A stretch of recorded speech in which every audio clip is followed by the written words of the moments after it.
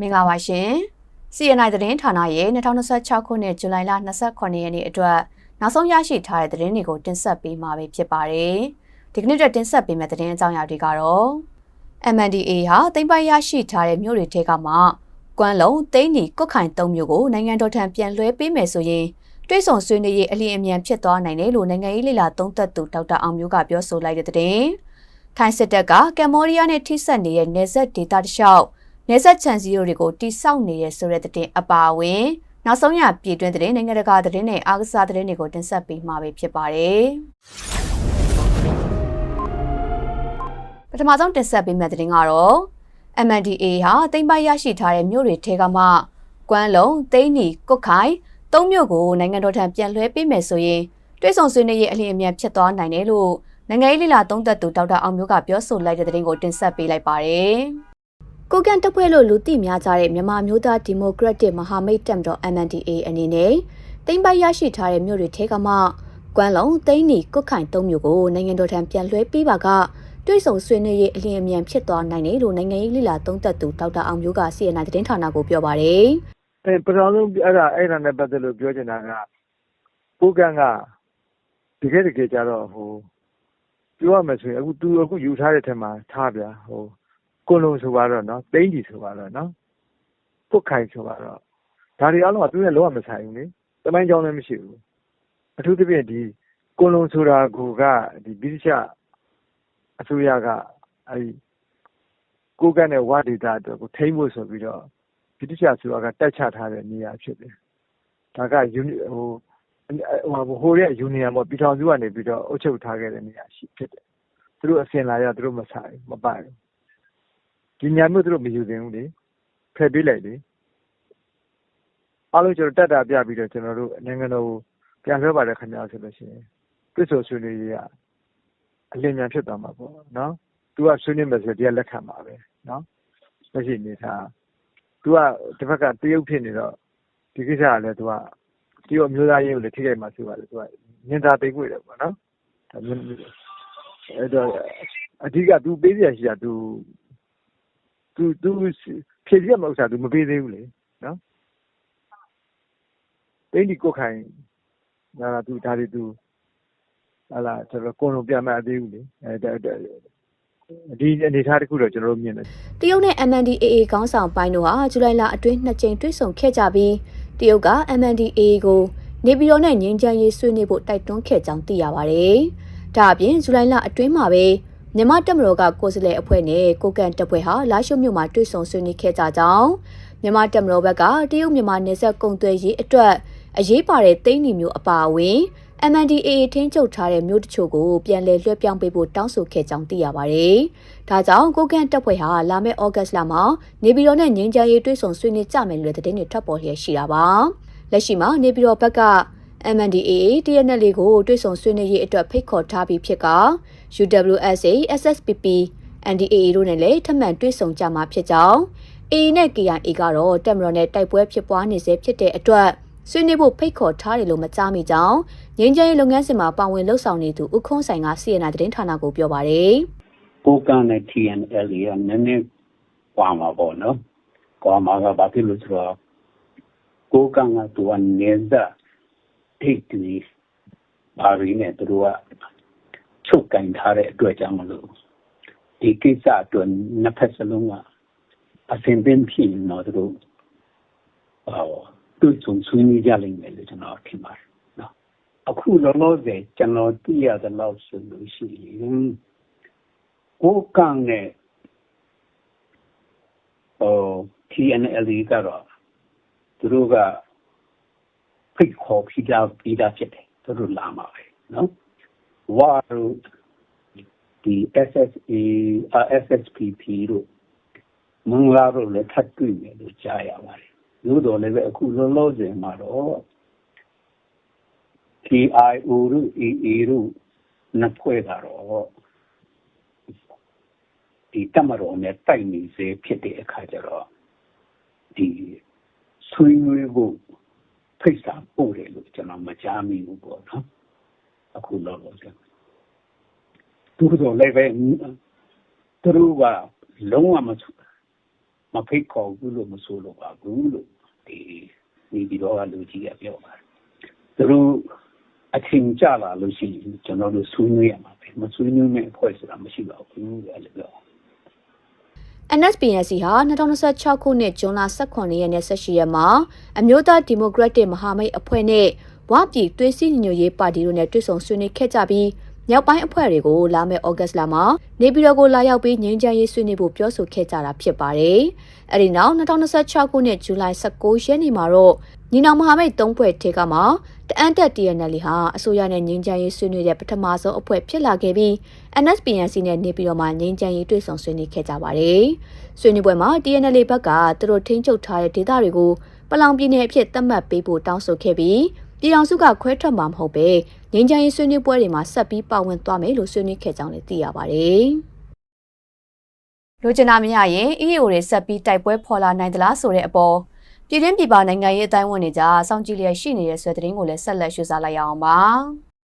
မြန်မာနိုင်ငံမှာတိုင်းရင်းသားလက်နက်ကိုင်အဖွဲ့အစည်းတွေနဲ့အမျိုးသားစည်းလုံးညီညွတ်ရေးနဲ့ငြိမ်းချမ်းရေးဖော်ဆောင်မှုညှိနှိုင်းရေးကော်မတီကြားတွေ့ဆုံဆွေးနွေးနေကြပေမဲ့လည်းလိုချင်တာမရရင် EAO တွေဆက်ပြီးတိုက်ပွဲဖော်လာနိုင်သလားဆိုတဲ့အပေါ်ပြည်တွင်းပြည်ပနိုင်ငံရေးအတိုင်းဝန်ကြားစောင့်ကြည့်လျက်ရှိနေပါတယ်။လက်နက်ကိုင်အဖွဲ့တွေလိုအပ်တာနဲ့အစိုးရဘက်မှဖြည့်ဆည်းနိုင်တာညှိနှိုင်းပြီးသွားတဲ့အနေအထားဆိုရင်တစ်ဖက်နဲ့တစ်ဖက်ငြိမ်းချမ်းရေးဖြစ်သွားနိုင်ကြောင်းနိုင်ငံရေးလေ့လာသုံးသပ်သူဦးထက်အောင်ကျော်က CNN သတင်းဌာနကိုပြောပါတယ်။ ဒီငါနဲ့ပြန်မှာအမှန်ကိုတိုင်းပြည်ကတော်တော်စိုးဝါးသွားတဲ့အနေအထားရှိတယ်လေစစ်စစ်ဖြစ်ပြီးတော့မှဒီအပေါ်မှာဘာမှလည်းရတဲ့ထွက်မလာဘူးဒုက္ခရောက်တယ်ဆိုရရတဲ့ပုံပဲထွက်တော့အဲဒီကြောင့်မလို့ပြည်ရလူရတာကိုမြင်နေပြီးတော့မှမမြင်တော့မဖြစ်တော့ဘူးဆိုတဲ့အမျိုးတော့အကုန်လုံးရဲ့ကောင်းထဲမှာရောက်နေတာကြောင့်မို့လို့ TNL လေးတို့ဘာလို့ဆိုပြီးပါပြီးတော့မှစဉ်းနေနိုင်တာဆိုတဲ့ဟာရှိတော့နော်။ကျန်တဲ့ဟာတွေကျလာပါလိမ့်မယ်။ရှင်းမှာဖြစ်ခဲ့တဲ့ဒီတစ်ခါကအခုမှငြိမ်သွားလို့ငြိမ်တဲ့အနေအထားဖြစ်လာပြီးတော့ကောင်းတဲ့ဘက်ကိုပြန်ရွေ့နေပြီပေါ့လေ။အဓိကတော့အားလုံးကစောင့်ကြည့်နေပြီးတော့မှဆိုရဘက်ကဘယ်အထိဆွေးမှာလဲပေါ့နော်ဘယ်လောက်ထိနိုင်ငံရေးစိတ်တွေမှာဘယ်လောက်ရှိလဲဆိုတဲ့ဟာကိုလည်းအကဲဆန်းပြီးစောင့်ကြည့်နေတဲ့အနေအထားမျိုးပေါ့။ဒီနေ့ပြောဘယ်လောက်ထိဒီကနိုင်ကြမလဲပေါ့နော်ဟိုဘက်ဆိုလိုအပ်တာနဲ့ဒီကဆက်ပြီးနိုင်တယ်အားလုံးညှိနှိုင်းပြီးတော့မှသွားတဲ့အနေအထားလို့ရှိတော့ဒီဟာကြီးအကုန်လုံးကဘုတ်တူနေတဲ့တစ်ခါနဲ့တစ်ခါနဲ့ညှိနှိုင်းနိုင်တယ်ဆိုလို့ရှိရင်တော့ငြိမ်းချမ်းရေးဖြစ်သွားမှာပေါ့ဒီကိုလိုချင်တာမရဘူးဆိုတဲ့အနေအထားမျိုးဆိုလို့ရှိရင်တော့ဆက်ပြီးဖြစ်နေမှာပေါ့ဒီကနောက်တစ်ခုရှိတာကိုယ်စီးရဲ့ဟာမှာလည်းငါတို့အကုန်လုံးမရရင်မလုပ်ဘူးဆိုတဲ့ဟာမျိုးအဲ့လိုစိတ်ထားမျိုးတွေကြောင်းလို့လည်းလည်းကြာနေတာမရှိနိုင်တာပေါ့နော်အဖွဲ့အစည်းတွေအနေနဲ့လိုချင်တာတွေမရရှိပါကဆက်လက်ဆောင်ရွက်မဲ့လုပ်ငန်းစဉ်တွေနဲ့ပတ်သက်ပြီးသက်ဆိုင်ရာမူဝါဒတွေတောင်းဆိုချက်တွေနဲ့မဟာဗျူဟာတွေအပေါ်မူတည်ပြီးဆက်လက်ဖိအားပေးခြင်းဒါမှမဟုတ်နီလန်ပြောင်းလဲခြင်းတွေပြုလုပ်လို့ရှိကြောင်းနိုင်ငံရေးလေ့လာသုံးသပ်သူတွေကထောက်ပြကြပါတယ်။နယ်စပ်ဒေသအများစုနဲ့တိုင်းဒေသလက်နက်ကိုင်ဒေသတွေအပြင်စကိုင်းတိုင်းမကွေးတိုင်းတနင်္သာရီတိုင်းမန္တလေးတိုင်းချင်းပြည်နယ်ကယားပြည်နယ်ကချင်ပြည်နယ်ရှမ်းပြည်နယ်ကရင်ပြည်နယ်မွန်ပြည်နယ်ရခိုင်ပြည်နယ်အစ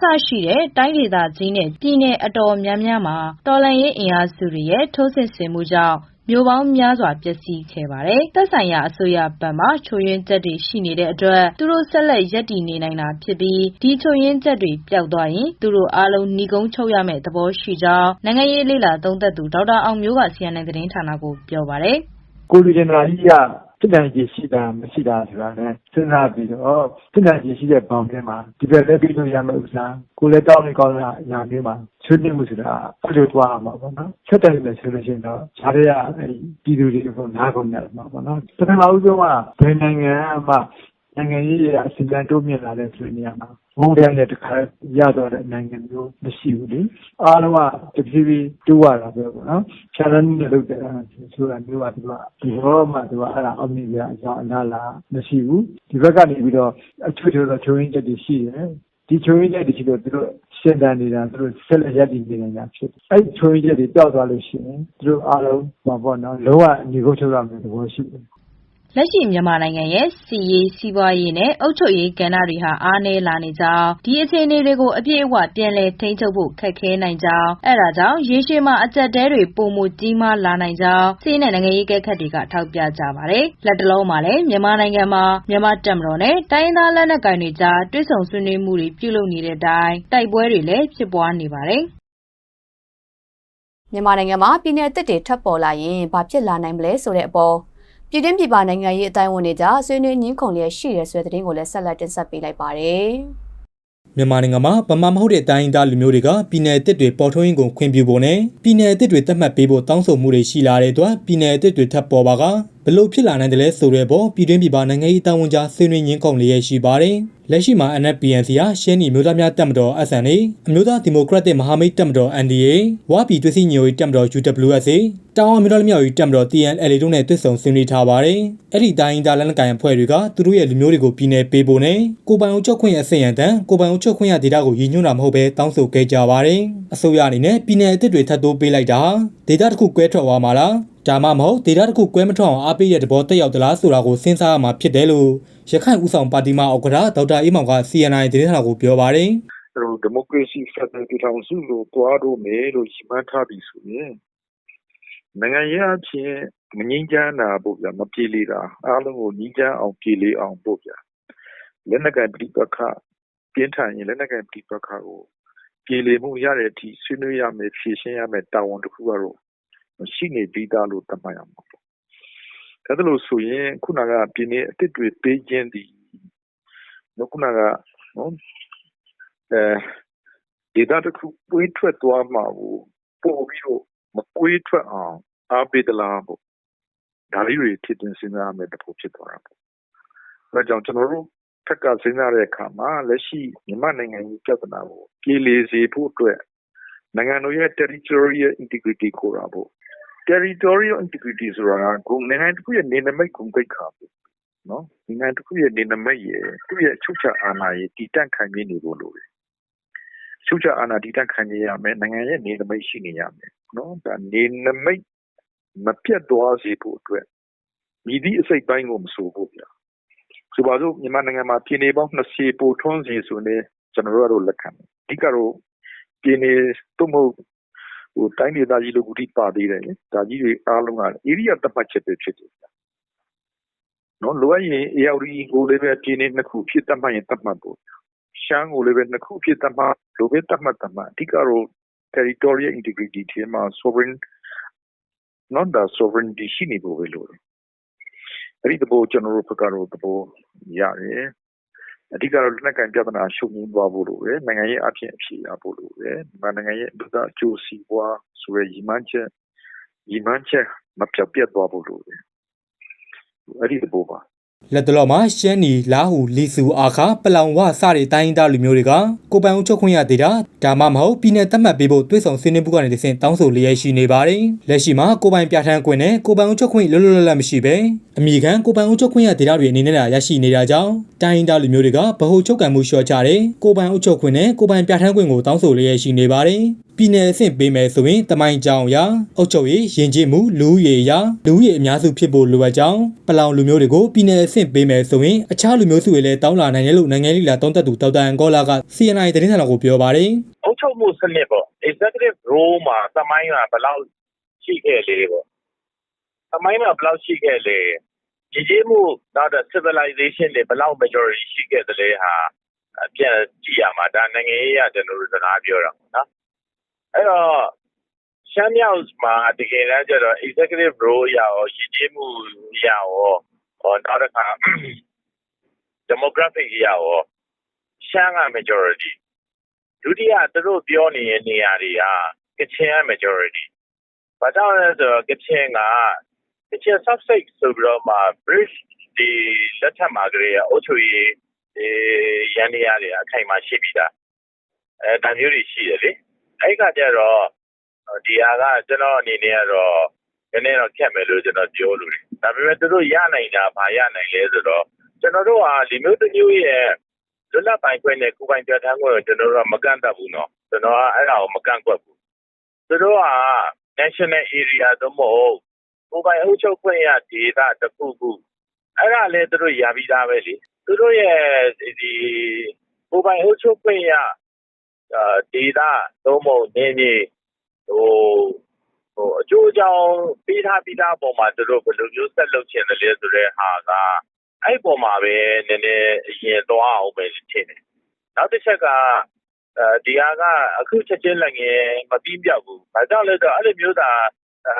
ကျွန်တော်တို့ကခွင့်ပြုခဲ့မယ်ဆိုရင်အခြေခံဥပဒေကလည်းခွင့်ပြုမထားဘူးအဲ့တော့လက်ရှိအခြေခံဥပဒေနဲ့ကြည့်ရင်လည်းသိအဆင်မပြေဘူး အခြေခံဥပဒေအရမပြောဘူးဆိုရင်လည်းနည်းနည်းတော့ခက်နေတယ်အဲ့ဒါမျိုးခွင့်ပြုလိုက်ရင်တခြားဒီလိုပဲဘယ်လိုပြောလူကြီးများလာတယ်ဆိုတော့ယူဆတဲ့အုပ်စုတွေကလည်းတောင်းလာမှာပေါ့တောင်းလာရင်ကျွန်တော်တို့ဖြည့်ရှင်းရတာခက်လာမယ်လေဒါမျိုးလေးတော့ရှိတယ်အဲ့လိုတော့ကျွန်တော်နည်းနည်းပြောချင်တယ်ဟုတ်1958ခုနှစ်မှာတိုင်းရင်းသားတွေဟာပြည်ထောင်စုထဲမှာကိုယ်ပိုင်အုပ်ချုပ်ခွင့်နဲ့ခွဲထွက်ခွင့်ပါရှိတဲ့အစိမ့်မြင့်နိုင်ငံရေးစိန်တန်းတစ်ခုကိုဥပဒေကြောင်းအရပိုင်ဆိုင်ထားတဲ့ကာလလည်းဖြစ်ခဲ့ပါတယ်။အဲဒီနောက်မြန်မာနိုင်ငံမှာ2008ဖွဲ့စည်းပုံအခြေခံဥပဒေအရကိုယ်ပိုင်အုပ်ချုပ်ခွင့်ရတိုင်းတစ်ခုနဲ့ကိုယ်ပိုင်အုပ်ချုပ်ခွင့်ရဒေသ9ခုစုစုပေါင်း6ခုသတ်မှတ်ခဲ့ပါတယ်။အဲဒီအချိန်မှာဝလူမျိုးတွေဟာကိုယ်ပိုင်အုပ်ချုပ်ခွင့်ရတိုင်းအဖြစ်ရည်တည်ခွင့်ရရှိထားပြီးနာဂပအိုတနုပလောင်ကိုကန့်လူမျိုးတွေကတော့ကိုယ်ပိုင်အုပ်ချုပ်ခွင့်ရဒေသအဖြစ်ရည်တည်ခွင့်ရရှိထားပါတယ်။မြန်မာလူငယ်တော်တော်များများဟာအွန်လိုင်းလောင်းကစားဆွဲလန်းမှုဖြစ်ပေါ်နေပြီးလူမှုဘဝပျက်စီးလာသလိုနိုင်ငံကိုပါထိခိုက်လာတယ်လို့စီးပွားရေးနဲ့နိုင်ငံရေးအကဲခတ်တွေကထောက်ပြပြောဆိုလိုက်တဲ့သတင်းပြည်စုံကိုလည်းရှုစားလိုက်ရအောင်ပါမြန်မာနိုင်ငံအတွင်းကအမျိုးသားအမျိုးသမီးလူငယ်တော်တော်များများကအွန်လိုင်းလောင်းကစားဆွဲလန်းမှုတွေဖြစ်ပေါ်နေပြီးလူမှုဘဝပျက်စီးလာတယ်လို့နိုင်ငံပါထိခိုက်လာတယ်လို့စီးပွားရေးနဲ့နိုင်ငံရေးအကဲခတ်တွေကပြောပါတယ်လက်ရှိမှာမြန်မာလူငယ်တွေကအွန်လိုင်းလောင်းကစားဆွဲလန်းမှုတွေကြောင့်ငွေကြေးဆုံးရှုံးတာအကျွေးနွံထဲကြားရောက်တာစိတ်ကျန်းမာရေးထိခိုက်တာပညာရေးနဲ့အလောက်အကိုင်းထိခိုက်တာရာဇဝတ်မှုတွေကျူးလွန်တာအပြင်ကိုအဆုံးစီရင်မှုအထိပါဖြစ်လာနေပါတယ်အလောက်ကိုင်းခွင့်လန်းနေပါတာဝင်ငွေခက်ခဲစီးပွားရေးခက်ခဲနဲ့မိသားစုပြဿနာတွေကြောင့်မြန်မာလူငယ်တွေကစိတ်ပီးစီးနေချိန်မှာလောင်းကစားကိုယာယီစိတ်ပြေရော့စေတဲ့သဘောနဲ့အတောင်ပြုမိလျက်ရှိနေပါတယ်ဒါပေမဲ့လူငယ်တွေအွန်လိုင်းလောင်းကစားအပေါ်ဆွဲလန်းမှုတွေကြောင့်တိုင်းပြည်ရဲ့အချိန်ဆုံးရှုံးမှုငွေကြေးဆုံးရှုံးမှုနဲ့လောက်သားအင်အားဆုံးရှုံးမှုကိုလည်းဖြစ်ပေါ်စေတယ်လို့စီးပွားရေးလေ့လာသုံးသပ်သူဦးသက်စောကအစီအရာသတင်းဌာနကိုပြောပါတယ်ဒီဟာကပိုဆိုးလာတာက2020နောက်ပိုင်းပေါ့ဒီနိုင်ငံတော်ဥစ္စာဒီမတည်ငြိမ်ဖြစ်ပြီးနောက်ပိုင်းမှာလူငယ်တို့ကရှင်းပြောရင်တော့လမ်းကြောင်းပြောက်သွားတာပေါ့လမ်းကြောင်းပြောက်သွားတယ်ဆိုတာကသူတို့ရဲ့အနာဂတ်တွေကတော်တော်ဘာမှဆက်လုပ်ဖို့ဘေးချင်းလည်းမရှိဘူးနေချင်းလည်းမရှိဘူးအိမ်ထဲမှာနေရင်းနဲ့ဂိမ်းဒီဇိုင်းနဲ့ဂျမ်မနီတက်ရောက်သွားတဲ့အုပ်စုကလည်းများတယ်များရင်းနဲ့သူတို့ဖြစ်သွားကြတာပေါ့နော်ဆိုတော့ဒါကနိုင်ငံတော်အနေနဲ့ဆက်ပြောပြရင်တော့ကျွန်တော်တို့ GDP ရဲ့12ရာနဲ့15ရာခိုင်နှုန်းလောက်ဒီကိုဒါကဆုံးရှုံးနေတဲ့သဘောတော့ရှိတယ်နိုင်ငံတော်ရဲ့ရေလွှတ်ဆုံးရှုံးမှုအချိန်ဆုံးရှုံးမှုငွေကြေးဆုံးရှုံးမှုလောက်သားရင်းစွမ်းဆုံးရှုံးမှုတွေအများကြီးဖြစ်တယ်အွန်လိုင်းလောင်းကစားကိုမြန်မာလူငယ်တွေထဲမှာအသက်18နှစ်ကနေ34နှစ်ကြားလူငယ်အုပ်စုအများဆုံးဖြစ်နေပြီးအွန်လိုင်းလောင်းကစားနဲ့ဆက်ဆက်တဲ့လုပ်ငန်းတွေငွေလိမ်လုပ်ငန်းတွေကလည်းမြန်မာနိုင်ငံမှာတစ်နှစ်ထက်တစ်နှစ်ကြီးထွားလာနေတယ်လို့ပြည်တွင်းနဲ့နိုင်ငံတကာသတင်းတွေမှာဖော်ပြလာကြပါတယ်မြန်မာနိုင်ငံမှာအွန်လိုင်းလောင်းကစားက2021ခုနှစ်နိုင်ငံရေးအပြောင်းလဲနောက်ပိုင်းမှာတိတိကျကျများပြားလာပြီးအွန်လိုင်းလောင်းကစားပြဿနာကိုဖြေရှင်းရမှာအစိုးရပုဂ္ဂလိကကဏ္ဍစာတင်ကြောင်းမိသားစုနဲ့လူမှုအဖွဲ့အစည်းအားလုံးပူးပေါင်းဆောင်ရွက်ဖို့လည်းလိုအပ်တယ်လို့စီးပွားရေးလေ့လာသုံးသပ်သူတဦးကပြောပါတယ်ကျွန်တော်တို့ကတော့ဘေးကပြောတာပဲရှိတယ်လေတကယ်လို့ကမှအစိုးရရဲ့တာဝန်လေကျွန်တော်ပြောတဲ့တော့ကိုကဒီလူငယ်တွေကိုကျွန်တော်တို့ဘယ်လိုပုံစံနဲ့ရှေ့ဆက်ပြီးတော့မှအနာဂတ်တွေကိုပေါ်ဆောင်ပေးမယ်လူငယ်တွေရဲ့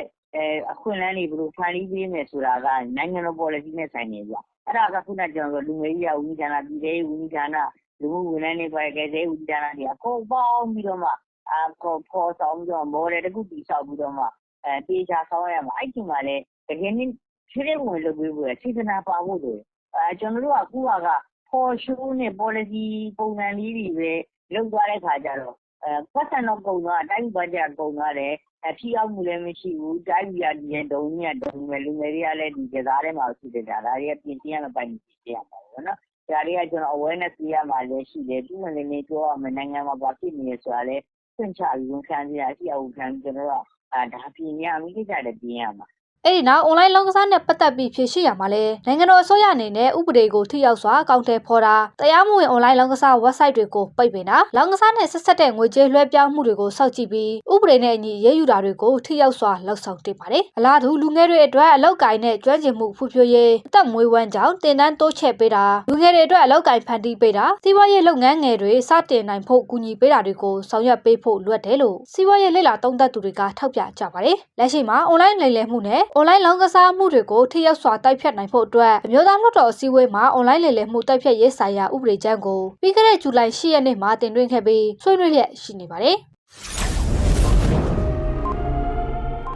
CNI သတင်းဌာနရဲ့နိုင်ငံတကာသတင်းတွေကိုဆက်လက်တင်ဆက်ပေးမှာပဲဖြစ်ပါတယ်။ထိုင်းစစ်တပ်ကကမ္ဘောဒီးယားနဲ့ထိစပ်နေတဲ့နယ်စပ်ဒေသရှောက်နယ်စပ်ခြံစည်းရိုးတွေကိုတိစောက်နေတဲ့ဆိုတဲ့သတင်းကိုတင်ဆက်ပေးလိုက်ပါတယ်။ ထိုင်းနဲ့ကမ္ဘောဒီးယားကြားပြီးခဲ့တဲ့နှစ်ကစစ်ပွဲ2ကြိမ်ဖြစ်ပွားခဲ့ပြီးနောက်လက်ရှိအချိန်ထိတင်းမာမှုတွေမြင့်တက်နေချိန်မှာထိုင်းစစ်တပ်ကကမ္ဘောဒီးယားနဲ့ထိစပ်နေတဲ့နယ်စပ်ဒေသတစ်လျှောက်နယ်စပ်ခြံစည်းရိုးတွေကိုတိစောက်နေတယ်လို့Nikkei Asiaကဖော်ပြခဲ့ပါတယ်။ပြီးခဲ့တဲ့သတင်းပတ်ကထိုင်းနိုင်ငံအရှေ့ပိုင်းပေါင်းနံရွန်ခရိုင်မှာအမြဲတမ်းကာရန်ထားတဲ့နယ်စပ်ခြံစည်းရိုးတွေရဲ့ပထမပိုင်းကိုစောက်လုပ်ပြီးစီးခဲ့ကြောင်းထိုင်းစစ်တပ်ကထုတ်ပြန်ခဲ့ပါတယ်။ပေါင်းနံရွန်ခရိုင်မှာတိစောက်ခဲ့တဲ့နယ်စပ်ခြံစည်းရိုးအပိုင်းဟာတန်ဆူးကြိုတွေတန်စကားနဲ့တန်ကွန်ကိုကရစ်တွေနဲ့ပြုလုပ်ထားပြီး1.3 ကီလိုမီတာ3.8 မိုင်ရှည်လျားတဲ့နယ်စပ်စည်းရိုးဖြစ်ပါတယ်။ဒီနယ်စပ်ခြံစည်းရိုးပိုင်းဟာခိုင်ခန့်တောင်တင်ပြီးရေရှည်ခံကြောင်းနဲ့ရေရှည်လုံခြုံရေးအတွက်ဒီဇိုင်းထုတ်ထားတာဖြစ်ကြောင်းကာကွယ်ရေးဦးစီးချုပ်ဗိုလ်ချုပ်ကြီးဦးကရစ်ဘွန်နာနုံကပြောပါတယ်။ဒီမှာရှိတဲ့ကွန်ကရစ်နံရံတွေကိုတနက်နဲ့ပြစ်ခတ်စမ်းသပ်ထားပြီးပါပြီ။လက်နက်ငယ်ပြစ်ခတ်မှုတွေကိုကာကွယ်နိုင်တဲ့ဆိုတာကိုကျွန်တော်တို့အတည်ပြုထားပါတယ်လို့ဒီနယ်စပ်ဒေသကိုသတင်းမီဒီယာတွေနဲ့အတူလှည့်လည်ကြည့်ရှုခြင်းအတွင်းဥက္ကရစ်ကသတင်းတောက်တွေကိုပြောကြားခဲ့ပါတယ်။ထိုင်းစစ်တပ်အနေနဲ့လက်ရှိခြံစည်းရိုးအပိုင်းနဲ့ဆက်ဆက်ပြီး9 ကီလိုမီတာ4.3 မိုင်ကျော်ရှည်လျားတဲ့နောက်ထပ်ခြံစည်းရိုးအပိုင်းကိုထပ်မံဆောက်လုပ်ဖို့စီစဉ်ထားတယ်လို့လည်းသူကဆိုပါတယ်။ဒါ့ပြင်ကီလိုမီတာ819 508မိုင်ထိစပ်နေတဲ့နှစ်နိုင်ငံနယ်စပ်မျဉ်းပေါ်မှာအလားတူခြံစည်းရိုးအပိုင်းတွေကိုတိစောက်ဖို့မြေပြင်အနေအထားနဲ့တဘာဝပတ်ဝန်းကျင်အခြေအနေတွေကိုစမ်းစစ်လျက်ရှိကြောင်းဥက္ကရစ်ကပြောကြားခဲ့ပါတယ်။နယ်စပ်ဧရိယာတစ်ခုချင်းစီမှာမြေပြင်အခြေအနေတွေကမတူညီကြပါဘူး။ကျွန်တော်တို့အတွက်အကျိုးရှိပြီးဘာပြဿနာမှမရှိပဲစောက်လုပ်နိုင်မဲ့နေရာမျိုးတွေမှာပဲတိစောက်သွားမှာပါလို့သူကဆိုပါတယ်။လွန်ခဲ့တဲ့နှစ်ဇူလိုင်နဲ့ဒီဇင်ဘာလတွေကဖြစ်ပွားခဲ့တဲ့နယ်စပ်ပဋိပက္ခတွေအတွင်းလေကြောင်းတိုက်ခိုက်မှုတွေနဲ့လက်နက်ကြီးတွေအုံပြုကထိတွေ့တိုက်ပွဲတွေဖြစ်ပွားခဲ့တာကြောင့်လူ150နီးပါးသေဆုံးကလူပေါင်း3000ကျော်နီးပါးနေရပ်စွန့်ခွာခဲ့ရပါတယ်။ရုရှားကမြောက်ကိုရီးယားစစ်သား3000ကိုခေါ်ဖို့ဆန္ဒရှိနေတဲ့ဆိုတဲ့သတင်းကိုလည်းဆက်လက်ရှုစားလိုက်ရအောင်ပါ။ရုရှားဟာမြောက်ကိုရီးယားစစ်သား3000ခန့်ကိုခေါ်ယူဖို့ဆန္ဒရှိနေကြောင်းယူကရိန်းသမ္မတဇာလန်စကီကပြောကြားခဲ့တယ်လို့ရိုက်တာကဖော်ပြခဲ့ပါတယ်။အဲ့နောက်ရုရှားဟာမြောက်ကိုရီးယားစစ်သားတွေကိုလက်ခံထားရှိဖို့ပြင်ဆင်မှုတွေပြုလုပ်ထားပြီးဖြစ်ကြောင်းသူကဆက်ပြောပါတယ်။ရုရှားနဲ့မြောက်ကိုရီးယားကြားချုပ်ဆိုထားတဲ့အပြန်အလှန်ကာကွယ်ရေးစာချုပ်အရမြောက်ကိုရီးယားဟာရုရှားကိုစစ်သား14000ခန့်စေလွှတ်ပြီးစစ်ကူပေးခဲ့ကြောင်းသတင်းတွေထွက်ပေးခဲ့ပါတယ်။ဒီမြောက်ကိုရီးယားစစ်သားတွေဟာ2024ခုနှစ်ကရုရှားရဲ့ကပ်ဒေတာကိုဝင်ရောက်ခဲ့တဲ့ယူကရိန်းစစ်သားတွေကိုခုခံတိုက်ခိုက်နေတဲ့ရုရှားစစ်သားတွေဘက်မှကူညီတိုက်ခိုက်ပေးခဲ့ပါတယ်။ကျွန်တော်တို့အနေနဲ့ရုရှားနဲ့မြောက်ကိုရီးယားပူးပေါင်းဆောင်ရွက်မှုကိုမြင်တွေ့နေရပါတယ်။ရုရှားကလည်းနောက်ထပ်မြောက်ကိုရီးယားစစ်သား3000လောက်ကိုခေါ်ကျင်တဲ့ဆန္ဒရှိနေပါတယ်။အဲ့ဒီစစ်သားတွေကိုလက်ခံထားရှိဖို့အတွက်ဇွန်လကတည်းကရုရှားရဲ့ဘိုယိုနက်ဒေတာမှာပြင်ဆင်မှုတွေလှုပ်ဆောင်ခဲ့ပါတယ်လို့ဇာလန်စကီကပြောကြားခဲ့ပါတယ်။ဒါ့ပြင်မြောက်ကိုရီးယားဟာရုရှားကိုပဲ့ထိန်းတုံးကြီးတွေပစ်လွတ်တဲ့လောင်ချာအသစ်တွေထောက်ပံ့ပေးဖို့ပြင်ဆင်နေတယ်လို့လည်းသူကဆိုပါတယ်။ဒါကယူကရိန်းနိုင်ငံကိုပဲချင်းချောက်နေတာမဟုတ်ပါဘူး။ရုရှားဟာစစ်ပွဲဘလို့ဆင်နွှဲရမလဲ။လက်နက်တွေဘလို့အဆင့်မြင့်တင်ရမလဲ။စစ်မြေပြင်မှာဘလို့အသာစီးရယူရမလဲဆိုတာတွေကိုပါမြောက်ကိုရီးယားကိုတင် जा ပေးနေတာဖြစ်ပါတယ်။ဒါတွေအားလုံးကိုခြုံကြည့်မယ်ဆိုရင်မြောက်ကိုရီးယားဒုံးကြီးတွေပြစ်ခတ်ရောက်ရှိနိုင်တဲ့အကွာအဝေးအတွင်းမှာရှိနေတဲ့အာရှကနိုင်ငံအားလုံးအတွက်ချင်းချောက်မှုဖြစ်နေပါတယ်လို့ဇာလန်စကီကပြောကြားခဲ့ပါတယ်။ယူကရိန်းအနေနဲ့ဒီချင်းချောက်မှုတွေကိုတုံ့ပြန်သွားမယ်လို့လည်းဇာလန်စကီကပြောကြားခဲ့ပါတယ်။အိန္ဒိယမှာစာမေးပွဲမေးခွန်းပေါက်ကြားမှုနဲ့ပတ်သက်ပြီးနိုင်ငံတော်ဆန္ဒပြမှုတွေဖြစ်ပွားခဲ့ပြီးနောက်ပညာရေးဝန်ကြီးကယာဒူကနေနှုတ်ထွက်ကြောင်းကြေညာခဲ့တဲ့အတွက်ဆန္ဒပြမှုတွေကိုအဆုံးသတ်လိုက်တယ်ဆိုတဲ့သတင်းကိုတင်ဆက်ပေးလိုက်ပါတယ်။အိန္ဒိယမှာစာမေးပွဲမေးခွန်းတွေပေါက်ကြားမှုနဲ့ပတ်သက်ပြီးနိုင်ငံတော်ဆန္ဒပြမှုတွေဖြစ်ပွားခဲ့ပြီးနောက်ပညာရေးဝန်ကြီးဒါမန်ဒရာပရာဟန်ကယာရုကနေနှုတ်ထွက်ကြောင်းကြေညာခဲ့တဲ့အတွက်ဆန္ဒပြမှုတွေကိုအဆုံးသတ်လိုက်ပြီးဖြစ်ကြောင်းပိုဝက်ဂျန်ဒါပါတီ CJB ကဇူလိုင်25ရက်မှာပြောကြားခဲ့တယ်လို့ DW သတင်းမှာဖော်ပြခဲ့ပါတယ်။ကျွန်တော်တို့ရဲ့တောင်းဆိုချက်အားလုံးကိုအစိုးရကလက်ခံခဲ့ပြီးဖြစ်တာကြောင့်ဆန္ဒပြသူတွေအနေနဲ့ဆန္ဒပြမှုတွေကိုချက်ချင်းရုပ်သိမ်းပြီးကိုယ့်အိမ်ကိုအေးချမ်းစွာပြန်ကြဖို့မေတ္တာရက်ခံပါတယ်လို့ CJB ပါတီရဲ့အဓိကပြောရေးဆိုခွင့်ရှိသူဆူရက်ဒက်စ်က